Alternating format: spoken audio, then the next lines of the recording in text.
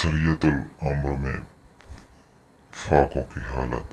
نبی کریم صلی اللہ علیہ وسلم نے رجب 8 ہجری میں سمندر کے کنارے ایک لشکر 300 آدمیوں کا، جن پر حضرت ابو عبیدہ رضی اللہ تعالیٰ عنہ امیر بنائے گئے تھے، بھیجا۔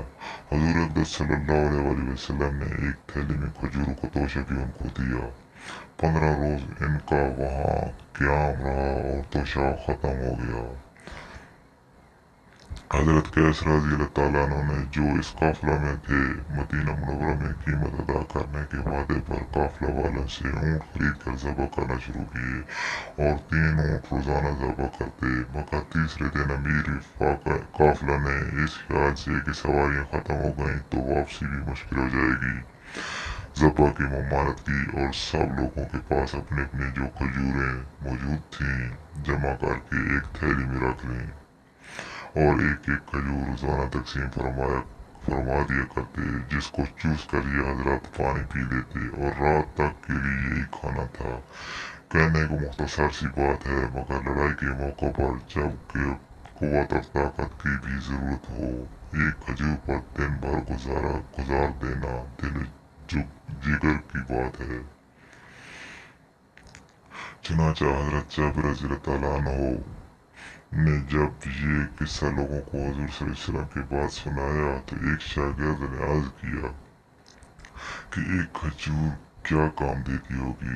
آپ رضی اللہ تعالیٰ عنہ نے فرمایا، اس کی قدر جب معلوم ہوئی جب وہ بھی نہ رہی کہ اب بجز فاقہ کے کچھ نہ تھا۔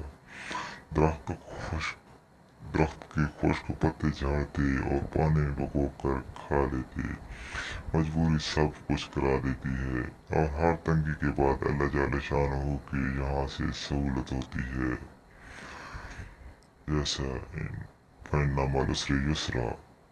حق تعالیٰ نے ان تکالیف اور مشقتوں کے بعد سمندر میں سے ایک مچھلی ان کو پہنچائی جس کو عنبر کہتے ہیں۔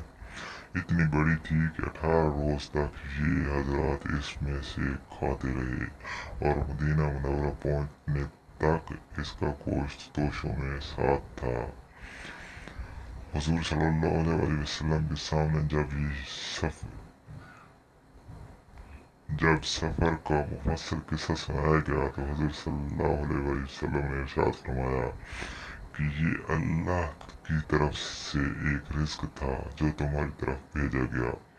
مشقت اور تکالیف اس دنیا میں ضروری ہیں اور اللہ والوں کو خاص طور پر پیش آتی ہیں۔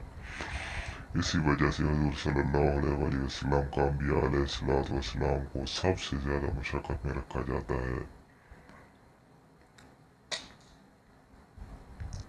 پھر جو سب سے افضل ہوں، پھر ان کے بعد جو بقیہ میں افضل ہوں۔ آدمی کی آزمائش اس کے دینی حیثیت کے موافق ہوتی ہے اور ہر مشقت کے بعد اللہ کی طرف سے اس کے لطف و فضل سے سہولت بھی ہوتی ہے۔ یہ بھی غور کریں کہ ہمارے بڑوں پر کیا کچھ گزر چکا اور یہ سب دین ہی کی خاطر تھا، اس دین کے پھیلانے میں جس کو ہم آج اپنے ہاتھوں سے کھو رہے ہیں۔ ان حضرات نے فاقے کیے، پتے چابے، اپنے خون بہائے اور اس کو پھیلایا جس کو ہم آج باقی بھی نہیں رکھ سکتے۔ اللہ ہمیں دین پر عمل کی توفیق عطا فرمائے۔